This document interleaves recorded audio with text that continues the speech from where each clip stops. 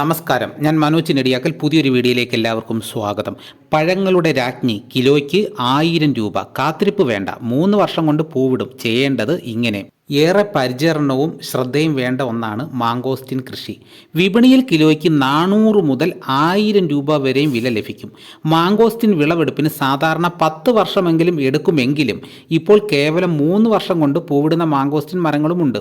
വിത്ത് മുളപ്പിച്ച് നട്ടാൽ മാങ്കോസ്റ്റിൻ വിളവെടുപ്പിന് വർഷങ്ങളെടുക്കും. എന്നാൽ ഗ്രാഫ്റ്റിംഗ് രീതി പരീക്ഷിച്ചാൽ 3 വർഷത്തിനുള്ളിൽ കായ്ഫലം ലഭിക്കും. മാങ്കോസ്റ്റിൻ കൃഷിക്ക് കരഭൂമിയാണോ നിലമാണോ മെച്ചമെന്ന് ഞാൻ പറഞ്ഞുതരാം. നിലങ്ങളിൽ ഈർപ്പം സ്ഥിരമായി നിലനിർത്തുന്നത് എളുപ്പമായതിനാലാവാം നിലമാണ് നല്ലതെന്ന് പറച്ചിലുമുണ്ട്. എന്നാൽ നല്ല നീർവാർച്ചയും ജൈവാംശവും ആഴത്തിൽ മണ്ണുമുള്ള ഏത് ഭൂമിയും മാങ്കോസ്റ്റിൻ കൃഷിക്ക് ചെയ്യാം. പക്ഷേ മണ്ണിലെ ഈർപ്പം സ്ഥിരമായ അളവിൽ നിലനിർത്തേണ്ടത് മരങ്ങൾ ശരിയായി വളരാനും പഴങ്ങൾക്ക് ഗുണനിലവാരമുണ്ടാകാനും വളരെ ആവശ്യമാണ്. ചെടികളുടെ തടങ്ങൾ പുതയിട്ട് സംരക്ഷിച്ചും ശരിയായി നനച്ചും ഏതു ഭൂമിയിലും മാങ്കോസ്റ്റിൻ നന്നായി കൃഷി ചെയ്യാം. കരഭൂമിയിലെ മാങ്കോസ്റ്റിനും കൂടുതലായി നനയ്ക്കേണ്ടി വരും. അവിടെ കൂടുതൽ കായ്പിടുത്തം ഉണ്ടാവുന്നതായും കായ്കൾക്ക് കേട് കുറവുള്ളതായും അനുഭവപ്പെടുന്നുണ്ട്. നിലങ്ങളിൽ നടുമ്പോൾ വേണ്ടത്ര നീർവാർച്ച ഉറപ്പാക്കണം. ഗ്രാഫ് തൈകൾ എത്രമാത്രം യോജ്യമാണെന്ന് ഞാൻ പറഞ്ഞുതരാം.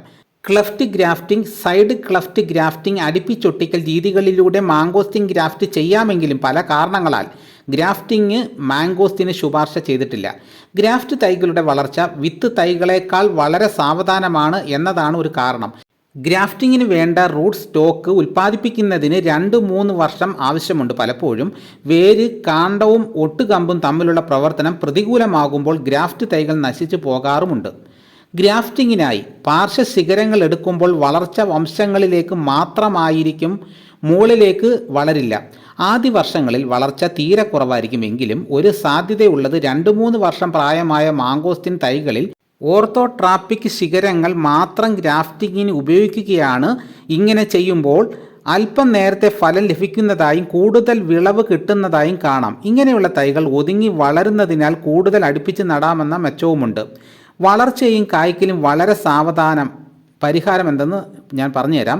വിത്തുകളിൽ നിന്ന് ഉൽപ്പാദിപ്പിക്കുന്ന മാങ്കോസ്റ്റിൻ വിളവെടുപ്പിന് 8 മുതൽ 12 വർഷം വരെ ആവശ്യമുണ്ട്. വേരുകളിൽ മൂലലോമങ്ങൾ ഇല്ലാത്തതും വേരുകൾ അധികം ശാഖകളായി പൊട്ടി വളരാത്തതുമാണ് വളർച്ച സാവധാനമാകാനുള്ള പ്രധാന കാരണം. 3 വർഷത്തിന് മേൽ പ്രായമുള്ള തൈകൾ നടുന്ന പക്ഷം വിളവെടുപ്പിനുള്ള കാലതാമസം കുറയ്ക്കാം. ഇതിനായി 3 വർഷം തൈകൾ കൂടുകളിൽ വളർത്തുകയോ നഴ്സറികളിൽ നിന്ന് 3 വർഷം പ്രായമായ തൈകൾ വാങ്ങുകയാണ് മാർഗം.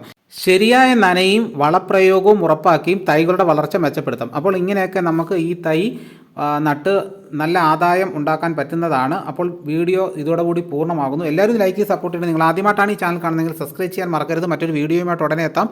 എല്ലാവർക്കും എൻ്റെ നന്ദി.